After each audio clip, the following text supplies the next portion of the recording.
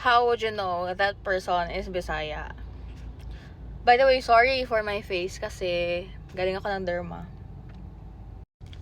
Una, kapag nagsalita siya ng Tagalog and it's really slow, like sobrang bagal niyang magsalita. I'm not sure if it applies to everyone, pero some of my Bisaya friends, they talk in Tagalog like really, really slow kasi like mag-effort ba sila?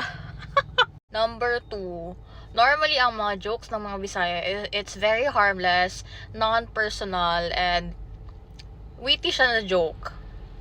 Kasi like, sa Tagalog, pag mag-joke sila, somehow, nagiging personal ba ang joke? And number 3, yung tono, actually, since I've been staying here in Davao for a while, I get that tono now. Pag normal ako magsalita, like, basta may tono ba, like, ganito. Eto last, kapag nag-thank you sila, and sa kanila, the thank you so much is like, salamat po masyado.